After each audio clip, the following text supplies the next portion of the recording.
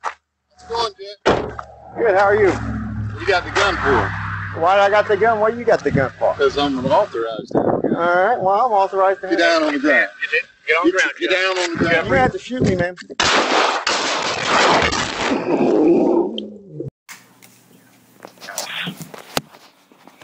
An offender at the Eastern Reception and Diagnostics Center. This call is from a correctional facility and may be monitored and recorded. To accept this free call, press 1. To refuse this free call, press 2. If you have permanently blocked your number from receiving calls from this facility, thank you for using Securus.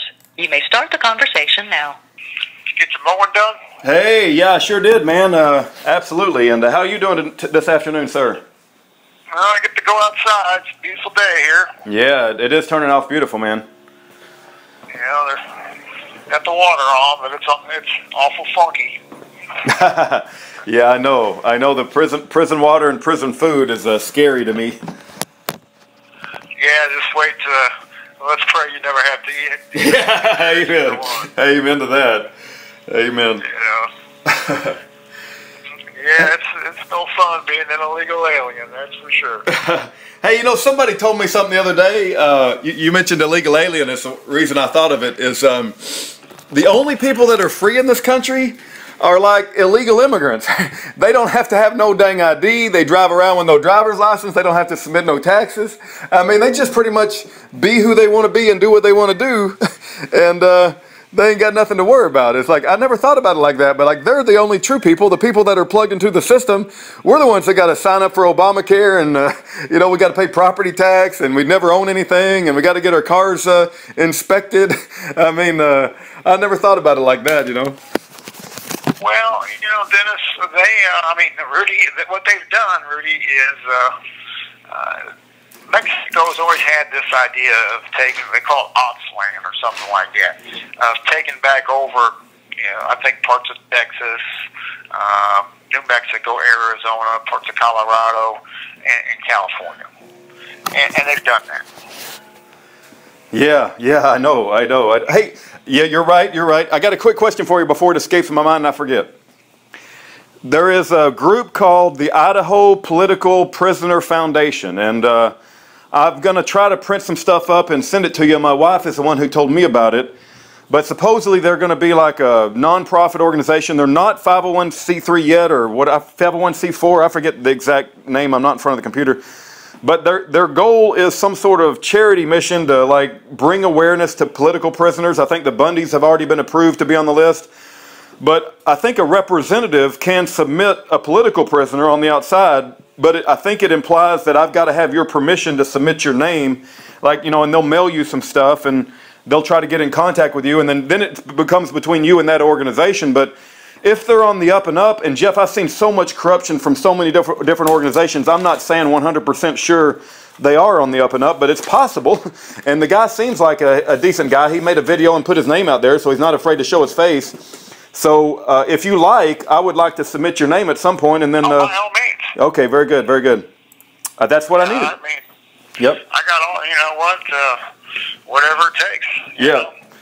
Yeah, and then when they contact you, they may have some forms or whatever, and you can read them and you can make your own decision, but at least I get you on their radar, right? Yeah. Very good. You know, Rudy, at the end of the day, man, you know, and of course I'm biased and prejudiced because I'm sitting here, but I don't think you can find a clearer case of what I would call manifest injustice in the United States. I know here in Missouri there's no better case, but in the United States of what they've done to me. You know, as a journalist. Yep. Go ahead. No, I think you're right, Jeff. I mean, you were exposing them for a long time. They tried to kill you. Bullets were bouncing off your head.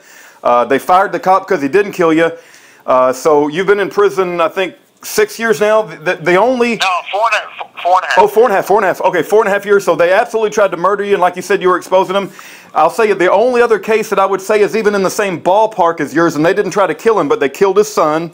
And his wife has disappeared 2.5 years ago, and so he thinks they might have even killed his wife, is Russell Landers. He's been in prison 21 years. He's got 23 years to go. He was part of the Freeman, Montana folks.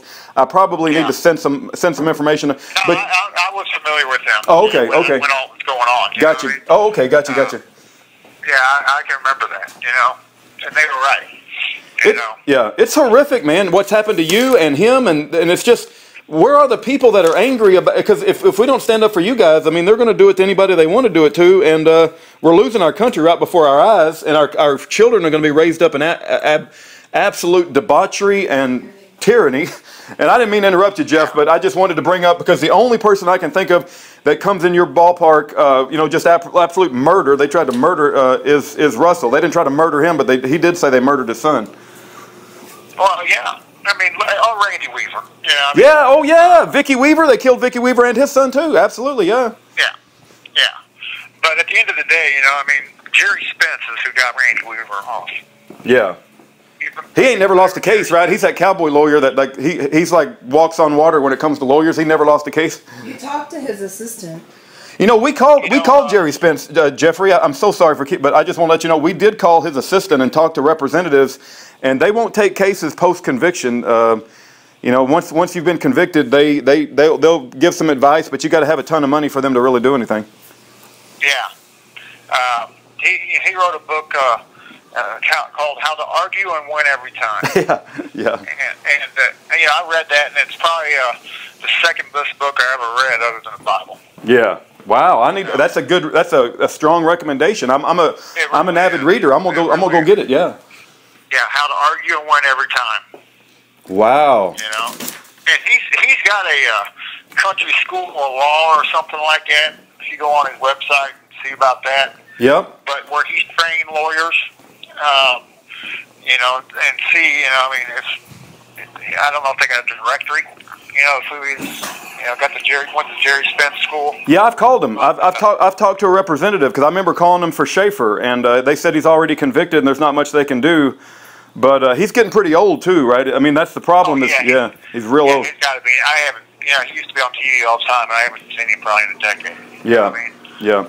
So anyway, all right, Rudy, I got to bail off here, but God bless you. Okay. Okay. God bless you, all Jeff. Right. We're always praying for you, brother. All right. Thanks, man. Okay. Bye-bye. The caller has hung up.